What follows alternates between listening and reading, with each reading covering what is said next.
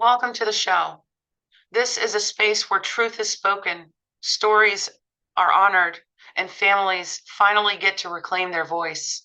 I'm your host, Reagan, and here we shine a light into the places where corruption hides, the family courts, CPS systems, and the institutions that were supposed to protect children but too often victimize them. Every episode, we sit with parents, survivors, advocates, and experts who have lived through the trauma of wrongful removals, judicial abuse, coercion, and the manipulation of vulnerable families. But this isn't just about exposing injustice, it's about restoring dignity, empowering survivors, and documenting the truth for the record. Our interviews are always trauma informed, grounded in consent, and centered on the lived experience of the guest. We begin with grounding, we move with intention, and we allow each person to share at their pace, without judgment, without pressure, and without fear.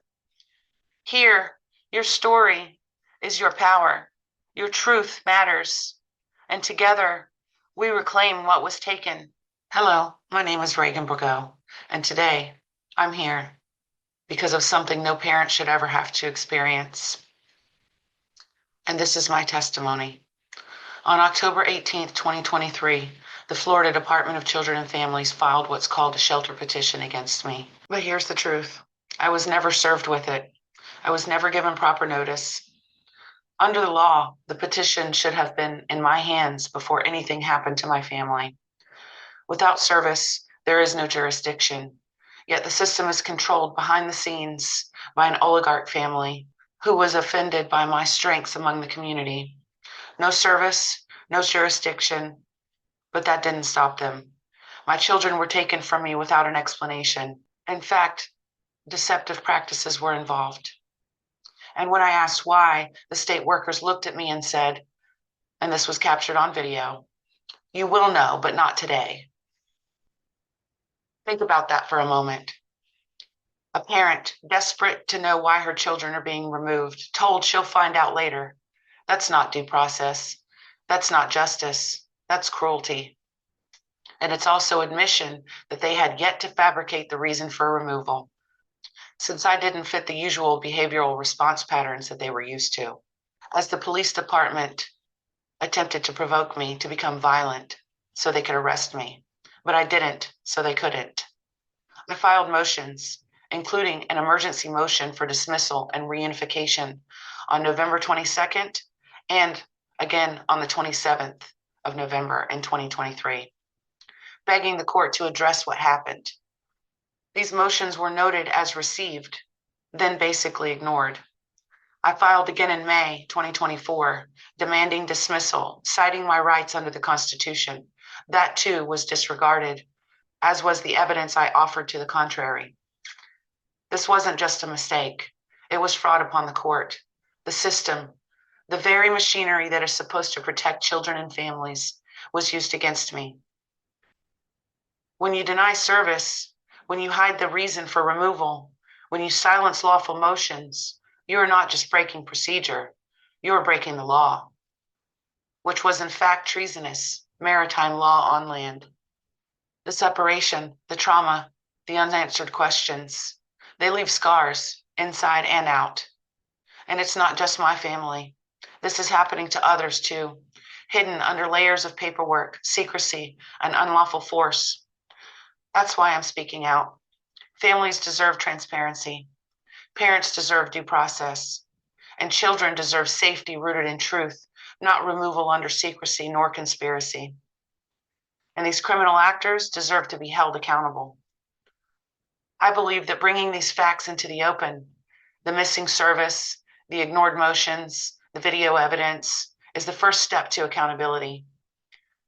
If it can happen to me, it can happen to anyone. And that's why this matters. It wasn't the dependency case alone that was unlawful. There are 2 criminal cases that they tried to use to silence me and force me into their little box. Control tactics used to claim federal funding for wrongful arrests, evictions, and removal of children. This is all fraudulent, and many of which are punishable by life in prison for one act, death in some cases. In fact, considering the magnitude of their corruption and the key players involved, like judges, attorneys, and the Department of Children and Families as a state agency, they'll be sentenced to Guantanamo Bay and hung by the neck until dead for their intentional crimes against humanity. This isn't the first time I've spoken about this. I've shared names and even photos of key players, yet no one has come forth to say I've lied or claimed defamation. In fact, the unlawful force and coercion continue to a greater degree, thereby another piece of evidence to substantiate my claims and validate the unlawful force against me. This is because these criminals are aware of the compelling nature of the evidence I possess, while I've made it abundantly clear that I have zero intentions of letting this go. And today, I demand accountability. I demand an investigation be launched against these entities and agencies and individuals. In Jesus' name, it is done. Donate to the organization to fight for reform, or simply keep listening, because awareness is the beginning of change. Until next time, stay grounded, stay brave, and stay committed to the truth. I'm Reagan, and this is where the silenced speak, and where families reclaim their power. Thank you for joining us and witnessing this story today.